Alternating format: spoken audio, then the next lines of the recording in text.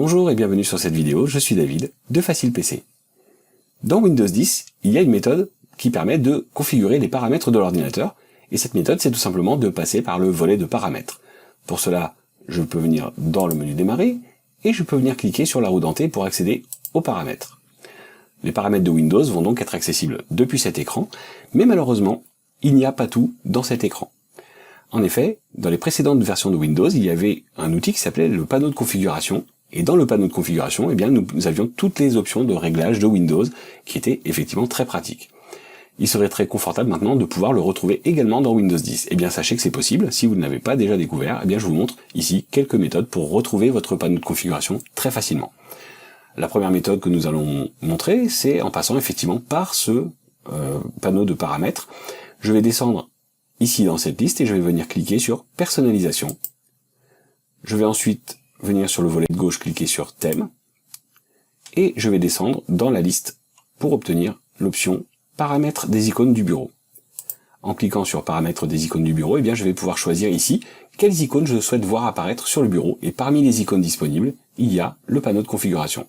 Si je coche maintenant cette case, et que je clique sur OK, eh bien vous voyez que maintenant le panneau de configuration est directement disponible sur le bureau.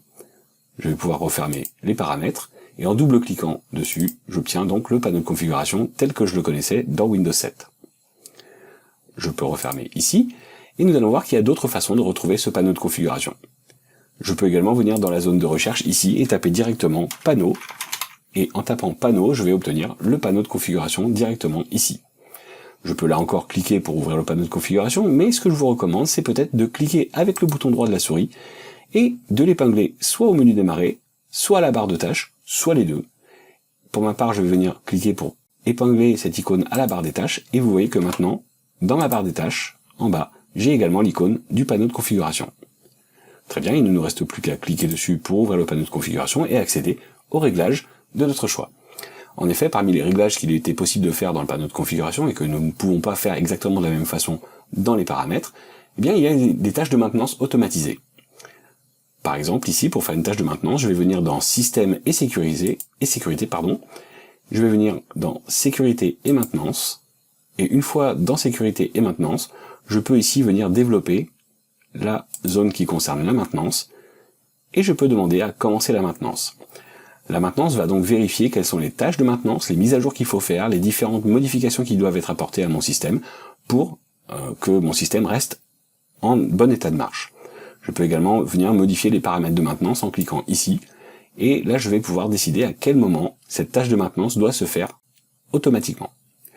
Si je souhaite exécuter cette tâche de maintenance manuellement, eh bien je vais tout simplement revenir ici, et cliquer sur commencer la maintenance. Lorsque je commence la maintenance, eh bien je vais laisser simplement Windows faire son travail, et il m'indiquera s'il y a des choses à faire ici, et il fera effectivement le travail de maintenance.